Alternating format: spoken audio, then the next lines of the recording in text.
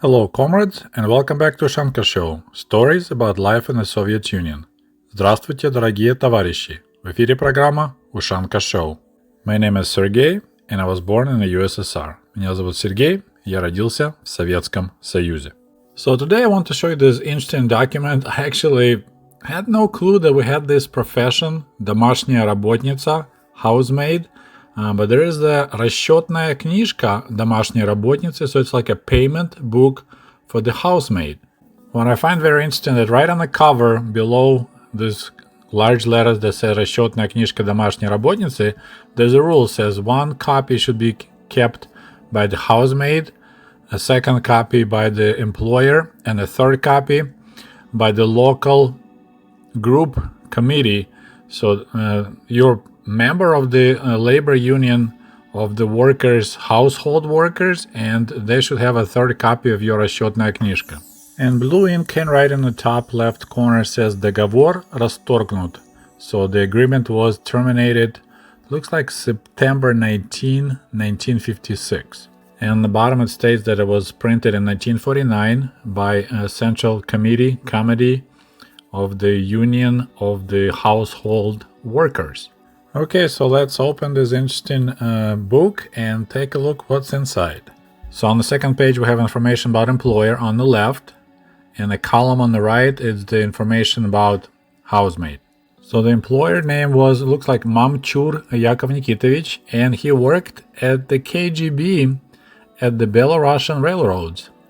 His salary was 2,600 rubles per month, and his home address was Minsk, so it's a Belarusia, Babruйskaya Street 16, apartment number 5. Well, you may notice that his salary looks ridiculously high. That's per month, 2,600 rubles. But you must remember, this is 1956, 5 years before the Khrushchev money reform, денежная реформа 61 года. That's when they cut 1-0. So they traded 10 old rubles for the new 1 Soviet ruble. So looking at the salaries for like 70s and 80s, they'll be equal to 260 rubles. But still, even 260 rubles per month, it's a lot of money. It's pretty much double what my mom was earning in the 80s. Okay, so let's take a look at the housemaid. Her name looked like Shutskaya Elena, same first name as my mom, Faminichna. She was born in 1914, so in 1956 she was 42 years old. And third question, is she a union member? And the answer is da, yes, duh. Then number 4, where did she come from? Откуда прибыла? So there's give the address, because she lived apparently with the house owners, was their employer. The 5th line is стаж работы, for how many years she already worked. Looks like 12 years in 3 months. Education, number 6, and it's interesting, it says не имеет, no education. And it kind of, rings the bell with my grandmother. I discovered only in the 80s when she came to live with us in Kiev that she couldn't read or write. I had to explain her which store is milk, which store is bread, because she would recognize just by the shape of the letters, but she never could read, talking about 100% education in the Soviet Union. So here again, lady has no education, and her nationality was Belarusian. It's line number 7. So quite a bit of information required just for the housemaid. All right, so on page 3 is условия труда домработницы. So that's a housemaid's labor conditions, like a labor almost agreement. First line says she was hired based on the personal agreement on May 11, 1956. Second point here says that this worker will be servicing a family of employer that consists of 2 adults and 3 children ages from 5 to 12. So quite large family, 5 people. Third line is the description of her responsibilities, and it says, please describe the main responsibilities.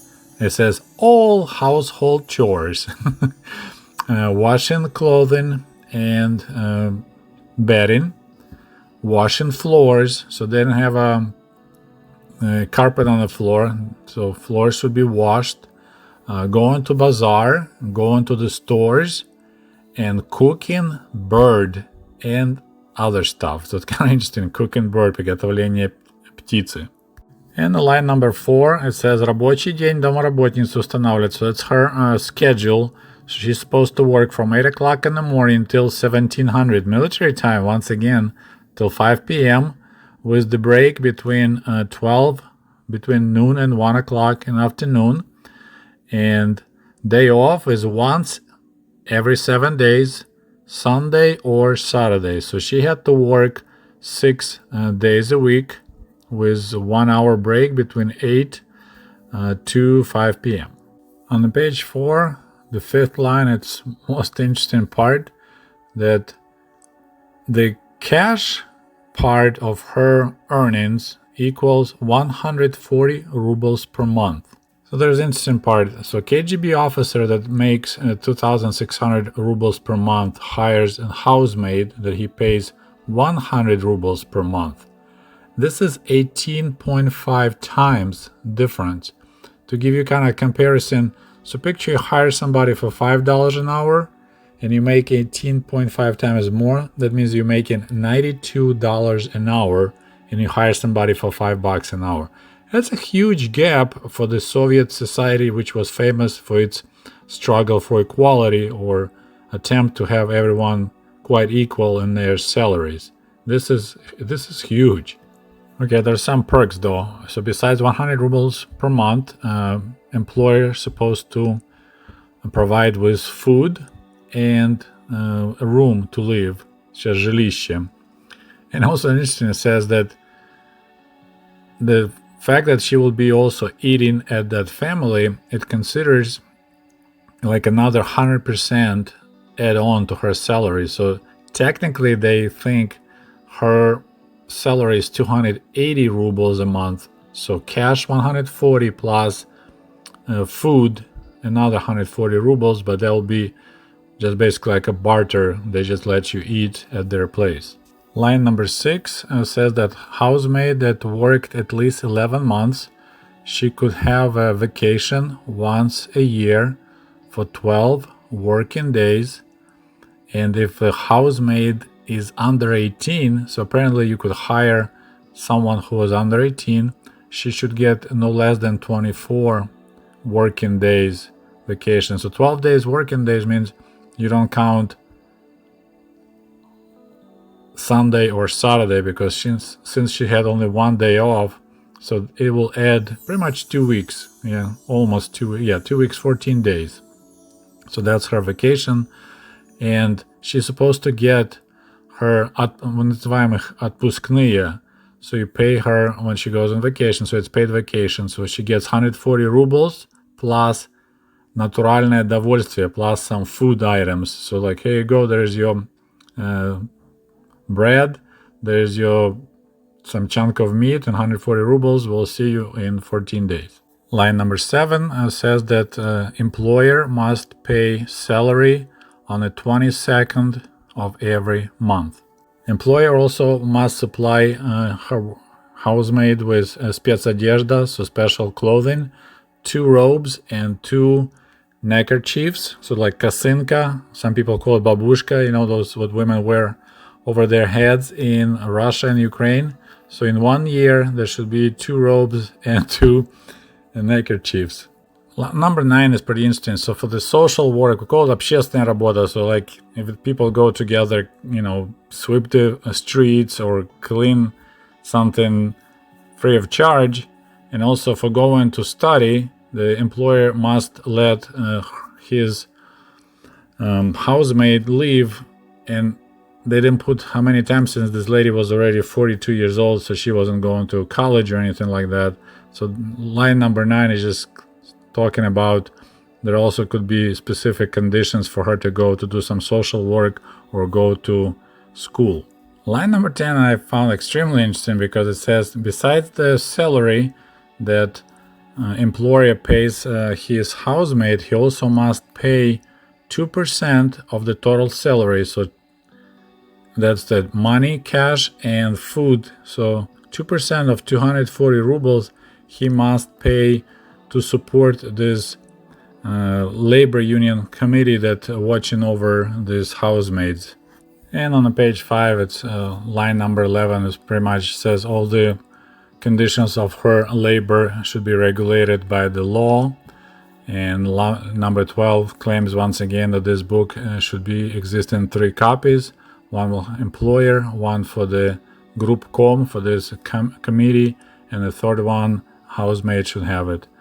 This book was signed on May 6, 1956. So next to pages 6 and 7, there's nothing on the 14 which says changes to her conditions of work. So if employer wants to change her responsibilities, he's supposed to write it down there. On page 7, it's pretty much about her receiving salary. She got it only for 3 months, so she quit, started working in May, and she quit, looks like in July. And you could tell like her signature just pretty much scribbles. There's really no letters there. She just scribbled it. This page is interesting. So this is actually insurance payments. And also it says отчисление в МГК, and I don't know what МГК stands for, but it also says insurance. And it looks like it was 64 rubles per month, so she worked for 3 months, and I believe it's her employer probably paid, so he paid 64 rubles.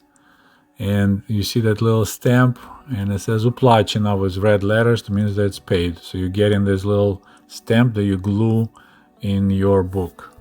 Alright, so pages 10 and 11. On the page 10, it's supposed to be marks about спецодежда. So if she was getting any special clothing that we discussed earlier, it should be marked right here. She didn't get anything yet.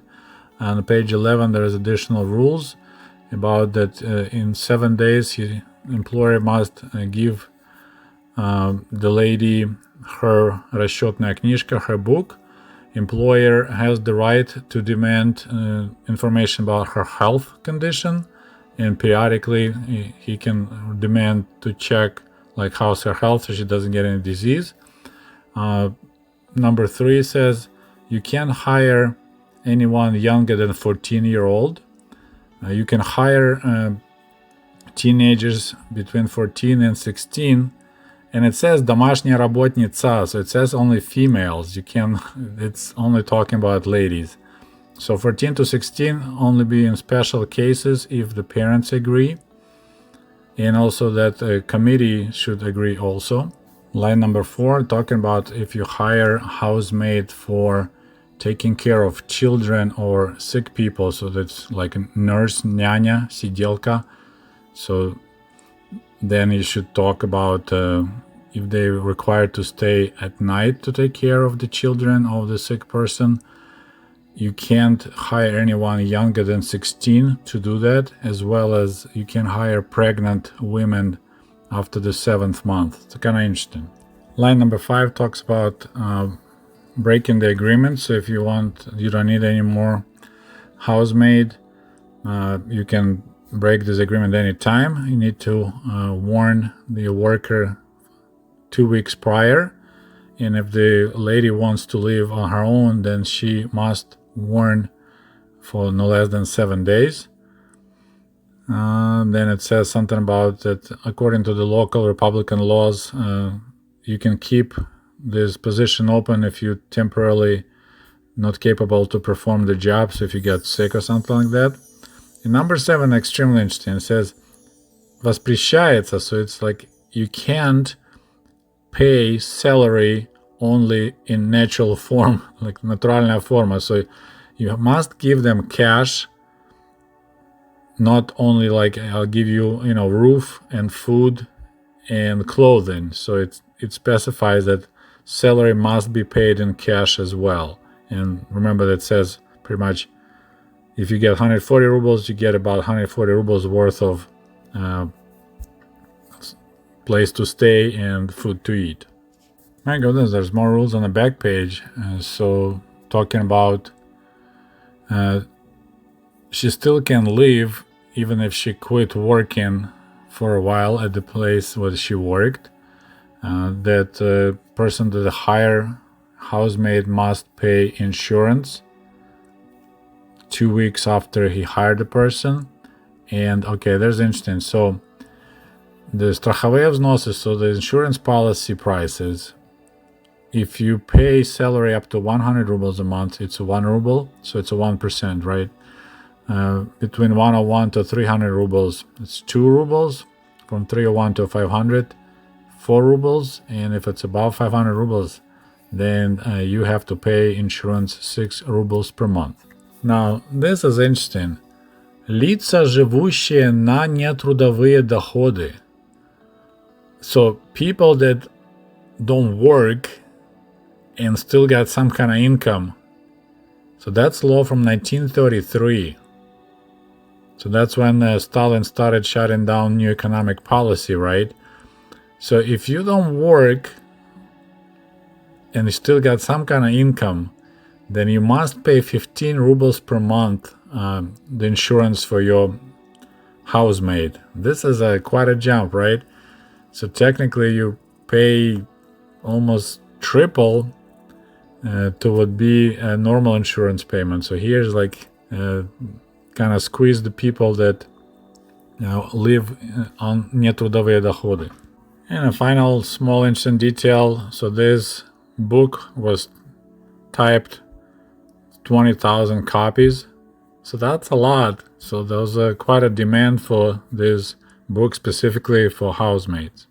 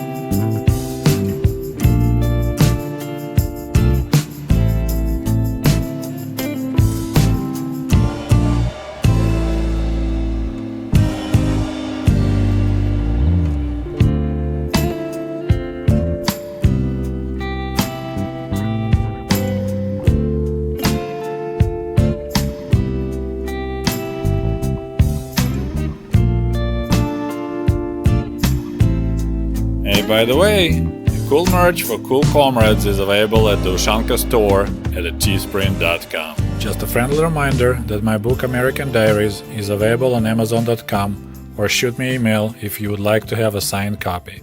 Thank you. And if you love my channel and would like to show your support, please click on the link below this video and become the patron of the Ushanka Show. For as little as $1, you can help us grow and create the new, interesting videos about the life in Soviet Union.